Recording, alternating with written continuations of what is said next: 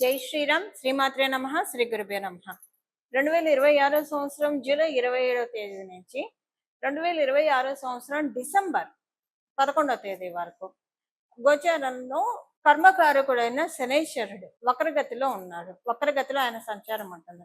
ప్రస్తుతం శనైశ్వరుడు మీనరాశిలో సంచారం సాగుతుంది. మీనరాశిలో ఆయన సంచారం ఉంది. వక్రగతిలోకి వెళ్తూ ఉన్నాడు. ఆ పీరియడ్ ఏంటి? మనకి జూలై ఎండింగ్ నుంచి డిసెంబర్ ఫస్ట్ 10 డేస్ వరకు ఉంటుంది. ఆ తర్వాత మళ్ళీ నార్మల్ గా ఆయన సవ్యగతిలోకి వస్తారు. శనీశ్వరుడు వక్రగతిలోకి వెళ్ళడము ఒక స్పెషల్ ఇంపార్టెంట్ థింగ్. అన్ని గ్రహాలు వక్రగతిలోకి వెళ్తాయి, కానీ శనీశ్వరుడు ఇప్పుడు మేజర్ ట్రాన్సిటింగ్ ప్లానెట్స్ ఉంటాయి. గురు భగవానుడు వక్రగతిలోకి వెళ్ళిన, అతిచారంలోకి వచ్చిన, శనీశ్వరుడు వక్రగతిలోకి వెళ్ళిన, అలాగే రాహుకేతువులు ఎప్పుడు కూడా వక్రగతిలోనే ఉంటారు. వాళ్ళకి డైరెక్ట్ ఉండదు. ఎప్పుడు వాళ్ళు వక్రగతిలోనే వాళ్ళ సంచారం ఉంటుంది. సో గురు శనులు ఇద్దరిది కూడా వక్రగతి ఒక స్పెషల్ ఇంపాక్ట్ సూచిస్తుంది. ఏంటంటే ఇప్పుడు అంటారు కదా, కొన్ని తారుమారు అవుతూ ఉంటాయి. ఏం తారుమారు అవుతూ ఉంటాయి? శనీశ్వరుడు వక్రగతిలో ఉండడం వల్ల కొన్ని రాసుల వాళ్ళకి ప్లస్, మైనస్ అని చెప్పను కానివ్వండి, కొన్ని రాసుల వాళ్ళకి యావరేజ్ ఉంటుంది, కొంచెం బిలో యావరేజ్ కూడా ఉంటుంది. అంటే లాభపడే రాసుల వాళ్ళకి. ఇప్పుడు ఏ రాసుల వాళ్ళకి ప్లస్ అంటే, ప్రస్తుతం ఏలినాడు శని జరుగుతున్న రాసులకి ఆయన వక్రగతిలోకి వెళ్ళడం చాలా ప్లస్. అష్టమ శని జరుగుతున్న వాళ్ళకి ఇది ప్లస్. అర్ధాష్టమ శని జరుగుతూ ఉన్న వాళ్ళకి ఇది ప్లస్. అలాగే కంటక శని ఎవరికైతే ఉందో వాళ్ళకి ప్లస్. దీంతో పాటు మీ జన్మ జాతకంలో శనేశ్వరుడు వక్రగతిలో ఉంటే, అంటే మీరు పుట్టినప్పుడు మీ జన్మ జాతకం, మీ జన్మ కుండలి తీసినప్పుడు, అప్పుడు శనేశ్వరుడు ఏ స్థానంలో అన్నా ఉండనియండి, ఆయన కనుక వక్రగతిలో ఉంటే కనుక, శనేశ్వరుడు వక్రగతిలో ఉంటే కనుక, అప్పుడు కూడా మీకు ఆయన ఎప్పుడెప్పుడు వక్రగతిలోకి వస్తాడో అప్పుడప్పుడు మంచి రిజల్ట్స్ మీరు చూస్తారు. సందేహం లేదు అందులో. ఇప్పుడు ఏలినాడు శని జరుగుతున్న రాశులు ఎవరు? కుంభరాశి వాళ్ళకి ఏలినాడు శని జరుగుతూ ఉంది. అలాగే మీనరాశి వాళ్ళకి ఏలినాడు శని జరుగుతుంది. మేషరాశి వాళ్ళకి ఏలినాడు శని జరుగుతూ ఉంది. సో మీకు ప్లస్ ఇప్పుడు ఈ వక్రగతిలోకి వెళ్ళడం మీ 3 రాశుల వాళ్ళకి ప్లస్. అర్ధాష్టమ శని ఏ రాశి వాళ్ళకి జరుగుతుంది? ధనుసు రాశి వాళ్ళకి అర్ధాష్టమ శని జరుగుతుంది. వాళ్ళకి ఇది ప్లస్. అలాగే ఎవరికి జరుగుతుంది అష్టమ శని అంటే? సింహరాశి వాళ్ళకి జరుగుతుంది. వాళ్ళకి ఇది ప్లస్ ఇప్పుడు వక్రగతిలోకి వెళ్ళడము. కంటక శని ఎవరికి జరుగుతుంది? మిథున రాశి. వీళ్ళకి ఇప్పుడు ప్లస్. అంటే ఇప్పుడు నేను చెప్పిన ఈ రాశుల వాళ్ళకి కావచ్చు, లగ్నం వాళ్ళకి కావచ్చు. కుంభరాశి వాళ్ళు కుంభ లగ్నం వాళ్ళు, మీన రాశి వాళ్ళు మీన లగ్నం వాళ్ళకి, మేషరాశి వాళ్ళకి మేష లగ్నం వాళ్ళకి, ధనుసు రాశి వాళ్ళకి ధనుసు లగ్నం వాళ్ళకి, మిథున రాశి వాళ్ళకి మిథున లగ్నం వాళ్ళకి, సింహ రాశి వాళ్ళకి సింహ లగ్నం వాళ్ళకి, అందరికీ కూడా మంచి ఫలితాలను చూస్తారు. ఇప్పుడు ఎవరికి కొంచెము అంటే బిలో యావరేజ్ ఉంటుంది ఓవరాల్ గా మనం చూస్తే, బిలో యావరేజ్ గా ఉండేది తులారాశి వాళ్ళకి, అలాగే వృషభ రాశి వాళ్ళకి, మకర రాశి వాళ్ళకి. తులారాశి వాళ్ళకి షష్ఠ స్థానంలో ఉన్నారు. So bad impact, negative impact ఉండకపోయినా కొంచెం పాజిటివ్ ఇంపాక్ట్స్ తగ్గుతాయి, అందుకని బిలో యావరేజ్. మకర రాశి వాళ్ళకి. తులారాశి వాళ్ళకి మీకు షష్ఠ స్థానంలో ఎప్పుడైనా శనీశ్వరుడు తృతీయ స్థానం, షష్ఠ స్థానం, లాభస్థానంలో బాగా యోగ ఫలితాన్ని ఇస్తాడు. మీకు షష్ఠ స్థానం, తులారాశి వాళ్ళకి షష్ఠ స్థానం అవ్వడం వల్ల ఇది కొంచెం ఇప్పటిదాకా శనీశ్వరుడు మంచి ఫలితాన్ని ఇచ్చినా ఇప్పుడు ఆయన మంచి ఫలితాన్ని ఇవ్వలేకపోతాడు, కొంత తగ్గుతుంది ఇంపాక్ట్. మకర రాశి వాళ్ళకి మీకు తృతీయ స్థానంలో ఆయన సంచారం జరుగుతుంది. సో అది మంచిదే యాక్చువల్గా అయితే. కాకపోతే ఇప్పుడు దాని ఫలితాన్ని తగ్గిస్తాడు. అంటే ఏ విషయంలో తగ్గిస్తాడు? ఏదన్నా విషయంలో కొంచెము ఇబ్బంది పెడుతున్నాడా, మొట్టికాయలు వేస్తున్నాడా, ఇవి కూడా మనం చూడాలి. వృషభ రాశి వాళ్ళకి లాభస్థానంలో ఉన్నాడు. అసలు వృషభ రాశి వాళ్ళకి ఆయన పరిపూర్తిగా రాజయోగాన్ని ఇస్తాడు. ఇప్పుడు ఆయన వక్రగతిలోకి వెళ్ళడం ఏమి చేయలేని స్థితిలో ఉంటాడు. ఇప్పుడు ద్వాదశ రాశుల వాళ్ళకి, ద్వాదశ లగ్నాల వాళ్ళకి బ్రీఫ్ గా ఇలా ఉంటుందండి. ఒక్కొక్క రాశి వాళ్ళకి మీ రాశిని అనుసరించి, అలాగే మీ లగ్నాన్ని అనుసరించి ఏమేమి ఫలితాలు ఉంటాయి, అలాగే ఒకవేళ నెగిటివ్ ఇంపాక్ట్ ఉంటే దాని నుంచి ఎలా బయటపడాలి, పాజిటివ్ ఇంపాక్ట్స్ ఉంటే దాన్ని పెంచుకోవడానికి ఇంకా ఏం చేయగలుగుతాము, ఇవన్నీ కూడా మనం ఇప్పుడు చూద్దాము. ప్రతి ఒక్క రాశి వాళ్ళకి కూడా విడివిడిగా చూద్దాం. ఇప్పుడు ఇంకొక స్పెషల్ సిగ్నిఫికెన్స్ ఏంటంటే, గురు భగవానుడు కర్కాటక రాశిలో ఉంటూ, ఆయనకి ఉచ్చ రాశి అయిన కర్కాటక రాశిలో ఉంటూ శనేశ్వరుడిని నవమ దృష్టితో చూస్తూ ఉన్నాడు. శనేశ్వరుడిని ఆ నవమ దృష్టితో, మీనరాశిలో కదా ఆయన ఉన్నది, నవమ దృష్టితో చూస్తూ ఉన్నాడు. నవమ రాశి అవడం వల్ల ఆయనకి ప్రత్యేక దృష్టిలు ఉంటాయి కూడా కాబట్టి, నవమ దృష్టితో శనేశ్వరుని చూడడము ఆయన ఉన్నది మీనరాశి. మీనరాశికి అధిపతి కూడా గురు భగవానుడే. ఇది ఒక స్పెషల్ ఇంపాక్ట్ చూపిస్తూ ఉంది. ఇప్పుడు ఏ ఏ రాశుల వాళ్ళకి ఎలాంటి ఫలితాలు ఉంటాయి అన్నది ఇప్పుడు మనం చూద్దాము. అయితే ఇందులో ఏవైనా పాయింట్స్ నేను చెప్తూ ఉంటాను. 1, 2 పాయింట్స్ ఆల్రెడీ మీకు ఈ 2 ఇయర్స్‌లో జరిగినవి కూడా ఉండొచ్చు. ఇన్ కేస్ బ్యాడ్ నా ఉద్దేశం. ఒకవేళ బ్యాడ్ పాయింట్స్ ఏదైనా రాశి వాళ్ళకుంటే అది ఆల్రెడీ 2 ఇయర్స్‌లో జరిగితే ఇంకిప్పుడు జరగదు. అదొకటి మీరు ముందే నోట్ చేసి పెట్టుకోండి.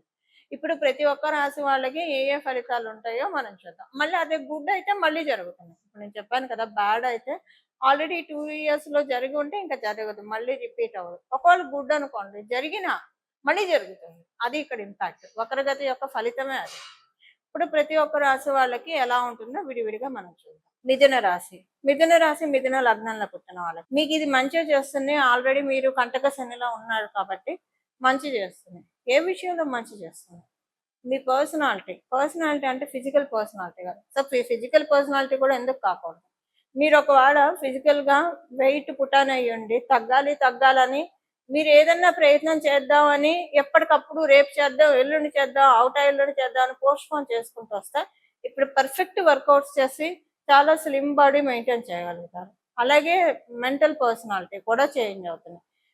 ఎప్పుడు భయపడటము, ఇన్‌సెక్యూరిటీ గత 2.5 సంవత్సరాలుగా ఇదే జరుగుతుంది. అక్కడ ఏం లేకపోయినా భయపడుతున్నారు, ఇన్‌సెక్యూరిటీకి లోనవుతున్నారు. ఇప్పుడు అది ఉండదు. ఎందుకు భయము? అంతా మన పనులు మనం చేసుకుంటూ వెళ్తున్నాము. ఇన్‌సెక్యూరిటీ ఎందుకు? అంటే బాగా మన దగ్గర ఇంత మంచి క్యాలిబర్ ఎఫిషియన్సీ ఉన్నప్పుడు, మనకి చక్కగా బతకగలిగే తెలివితేటలు ఉన్నప్పుడు, మన దగ్గర స్కిల్ సెట్ ఉన్నప్పుడు, మనం అన్నిటికీ డిజర్వ్ అయినప్పుడు ఎందుకు భయపడాలని ఒక కాన్ఫిడెన్స్, ఒక వాయిస్ వస్తుంది మీలో నుంచే మీకు. ఈ వాయిస్ మిమ్మల్ని చాలా స్ట్రాంగ్ చేస్తుంది. దీనివల్ల ఏంటంటే మీ మెంటల్ పర్సనాలిటీ చేంజ్ అవుతుంది. ఇక్కడ మీ చేంజెస్ మీకు వస్తాయి. ఏంటి? ఫిజికల్ పర్సనాలిటీలో చేంజెస్ వస్తాయి, మెంటల్ పర్సనాలిటీలో చేంజెస్ వస్తాయి. ఈ విధంగా శనీశ్వరుడు మిమ్మల్ని ప్లస్ చేస్తూ ఉన్నారు. అలాగే దాంతోపాటు కుటుంబంలో కూడా కుటుంబ సభ్యుల మధ్య చక్కటి అనుకూలమైన వాతావరణము, చక్కటి పరిస్థితులు ఉంటాయి. కుటుంబానికి సంబంధించిన నిర్ణయాలు మీరు తీసుకుంటారు. ఐకమత్యంతో కూడి మీ కుటుంబ సభ్యులందరూ కూడా ఒకటే మాట మీద ఉంటారు. కుటుంబానికి సంబంధించిన చేంజెస్, గృహానికి సంబంధించిన చేంజెస్, వాహనానికి సంబంధించిన ఏమైనా చేంజెస్ చేసే సమయం కూడా మీరు చెయ్యాలనుకుంటే ఈ టైంలో అవన్నీ అవుతాయి. ఒకవేళ మీరు అనుకోకపోతే ఏదైనా ఒక మంచి మార్పు మీ ఇంట్లో చూస్తారు. సో మార్పు అయితే చూడటం కన్ఫామ్. ఒకవేళ మీరు గృహం చేంజ్ కోసం చూస్తే అది మీకు అవుతుంది, అది మార్పు అవుతుంది. వాహనం చేంజ్ చేయాలని చూస్తే అది అవుతుంది. అది 2 కాదు. ఇవేం మీరు ఆలోచించట్లేదు. ఇంట్లోనే ఏదో ఒక మంచి మార్పు చోటు చేసుకుంటుంది. ఇలా మంచి ఫలితాలను ఆయన ఇస్తున్నాడు. ఇంకొక ఫలితం ఏంటంటే ఆయన మీకు ఇచ్చే మోస్ట్ ఇంపార్టెంట్, మీరు అవివాహితులైతే మీకు వివాహం జరుగుతుంది. వివాహితులైతే కనుక మీకు మీ జీవిత భాగస్వామికి చాలా బాగా ఉంటుంది. మంచి రిలేషన్ ఉంటుంది. అలాగే మీ మీ జీవిత భాగస్వామికి హెల్త్ కాంప్లికేషన్స్ ఏవైనా ఉంటే కనుక అవన్నీ పరిపూర్తిగా సెట్ అయ్యే సమయం ఈ సమయము. ఈ విధంగా శని మహారాజు మిమ్మల్ని కరుణిస్తున్నాడు. మెయిన్ కెరియర్‌లోనండి చాలా అనుకూలతనిస్తున్నారు. బిజినెస్‌లో మీరు బిజినెస్ పీపుల్ అయితే బిజినెస్‌లో అనుకూలతలు ఎక్కువగా ఉన్నాయి. మీరు ఉద్యోగస్తులైతే ఉద్యోగంలో అనుకూలతలు ఎక్కువగా ఉన్నాయి. ఇన్నాళ్ళు ఉన్న అంటే ఇన్నాళ్ళు ఉన్న ఇబ్బందులు ఏవైతే ఉన్నాయో వాటన్నిటి నుంచి రిలీవ్ అవ్వబోతున్నారు. ఒక ఊపిరి పీల్చుకునే సమయము మీ మిథున రాశి మిథున లగ్నంలో పుట్టిన వాళ్ళందరికీ ఉంది. ఇవి మిథున రాశి మిథున లగ్నంలో పుట్టిన వాళ్ళ ఫలితాలు. చూసారు కదండి. ఇప్పుడు చేసుకోవాల్సిన పరిహారం. శని మహారాజు కాలపురుషుడు కుండలిలో ఆఖరి రాశి అనే వ్యయ రాశిలో ఉంటుంది. వక్ర గమనంలోకి వెళ్తున్నారు. అది కూడా నవమ రాశి, గురు భగవాను నుంచి నవమ రాశి గురు భగవానుడి స్వక్షేత్రము. ఇప్పుడు గురు భగవానుడు కర్కాటక రాశిలో ఉన్నాడు కాబట్టి గురు భగవాను నుంచి నవమ రాశి ఆయన స్వక్షేత్రము. ఆయన నవమ దృష్టితో మీన రాశిని చూస్తూ ఉన్నారు. ఇది ఒక గుడ్ ఇంపాక్ట్ క్రియేట్ చేయడానికి చేసుకోవాల్సిన పరిహారము. కర్మకారకుడు కాబట్టి మనం ఆచరించే కర్మల్ని బట్టి ఆయన సత్ఫలితాన్ని మనకు అందజేస్తాడు. సో మీకు వీలుంటే ఎంత అంటే మీరు ఏం మంచి కార్యాలు చేయగలుగుతారో అది చేయడమే రెమెడీ. లేదా ప్రతిరోజు కూడా మీరు ఒక 11 రోజులు పెట్టుకుంటారా, 21 రోజులు పెట్టుకుంటారా, 41 రోజులు. ఏకవింశతి మంచిది, 21 రోజులు అయితే మంచిది. లేదా మండలం 41 రోజులు అయితే మంచిది. మీకు కుదరదు అంటే 11 రోజులు. ఇంకా 11 రోజులైతే కంటిన్యూగా చేయండి. 21 రోజులైనా అంటే ఆడవాళ్ళైతే 11 రోజులు కంటిన్యూగా, మగవాళ్ళైతే 41 రోజులు కూడా కంటిన్యూగా చేయగలుగుతారు. బట్ ఆడవాళ్ళ సంగతి నేను చెప్తున్నా. ఒక 11 రోజులైతే కన్ఫర్మ్‌గా కంటిన్యూగా చేయగలుగుతారు. 21 రోజులు కూడా ఒక్కోసారి కంటిన్యూగా చేయగలుగుతారు. 41 రోజులంటే వాళ్ళకి కంటిన్యూగా అవ్వకపోవచ్చు. బట్ అయినా పర్వాలేదు, మధ్యలో ఒక 4, 5 రోజులు బ్రేక్ వచ్చినా మళ్ళీ కంటిన్యూ చేయొచ్చు. చేయాల్సింది ఏంటంటే ప్రతిరోజు మీ ఇంటి దగ్గరున్న దేవీ దేవతల ఆలయానికి వెళ్ళి అక్కడ నవగ్రహాలు ఉంటారు కదా, నవగ్రహాలు ఉంటాయి కదా, అక్కడ మీరు ప్రదక్షిణలు చేయాలి. ప్రతిరోజు కూడా 41 ప్రదక్షిణాలు చేయాలి.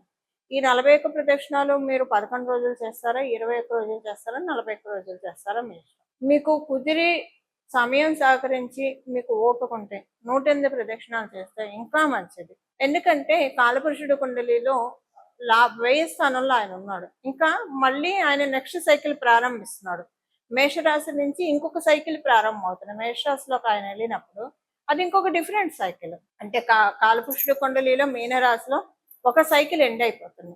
కొత్త సైకిల్ శనేశ్వరుడికి స్టార్ట్ అవుతుంది మేషరాశి నుంచి.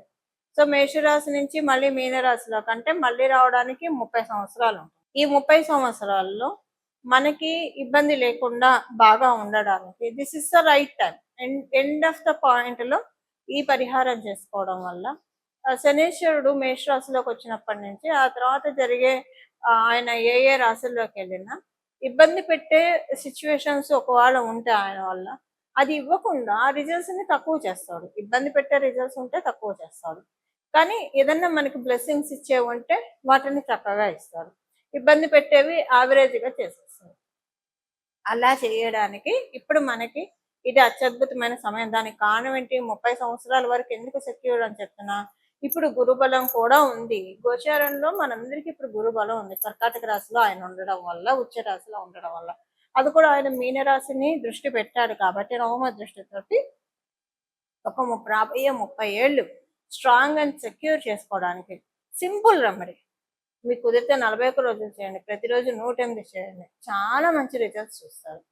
21 రోజులు చేయండి, 108 చేయండి, లేదా 11 రోజులు చేయండి, ప్రతిరోజు 108 చేయండి, లేదా 41 ప్రదక్షిణాలు చేయండి. మీరు ఎంత ఎక్కువ ప్రదక్షిణాలు చేస్తే అంత మంచి ఫలితాలను మీరు తీసుకోగలుగుతారు. మీకు ఆరోగ్యం సహకరించట్లేదు, 3 ప్రదక్షిణాలు అయినా చేయొచ్చు. లేదు వెళ్ళలేరు, మీరు దేవాలయానికి వెళ్ళలేరు, అప్పుడు గోమాతని దండం పెట్టుకున్నా కూడా మీరు అందరి దేవతల్ని పూజించినట్టే. సకల గోమాతకు ఆహారం తినిపించడం ఏదైనా చేయొచ్చు. బట్ ఆ అవకాశం ఉండి ఓపుకున్న వాళ్ళు నవగ్రహ ప్రదక్షిణ చేస్తే మంచిది. నవగ్రహ స్తోత్రం ఒక 9 సార్లు చదువుకోవడం, అంటే ఒక్కొక్క గ్రహానికి ఒక్కొక్కసారి చొప్పున 9 సార్లు చదువుకుంటే చాలా మంచిది. అక్కడ మీకు గుళ్ళల్లోనే రాసి పెట్టేస్తారు ఒక బోర్డు మీద నవగ్రహ స్తోత్రాలు, ఒక్కొక్క గ్రహానికి ఒక్కొక్క స్తోత్రం రాసి పెట్టేస్తారు. అవి కూడా చదువుకుంటే మంచిది. ఇలా చేస్తే కనుక చాలా చక్కటి సత్ఫలితాల్ని అందుకోవడానికి అవకాశం ఉంటుంది. ఈ విధంగా భగవంతుడి యొక్క పరిపూర్ణ కృపా కటాక్షాలని మన అందరం కూడా పొందాలని చెప్పి మనస్ఫూర్తిగా కోరుకుంటూ మంగళం. నమో భగవతే వాసుదేవాయ.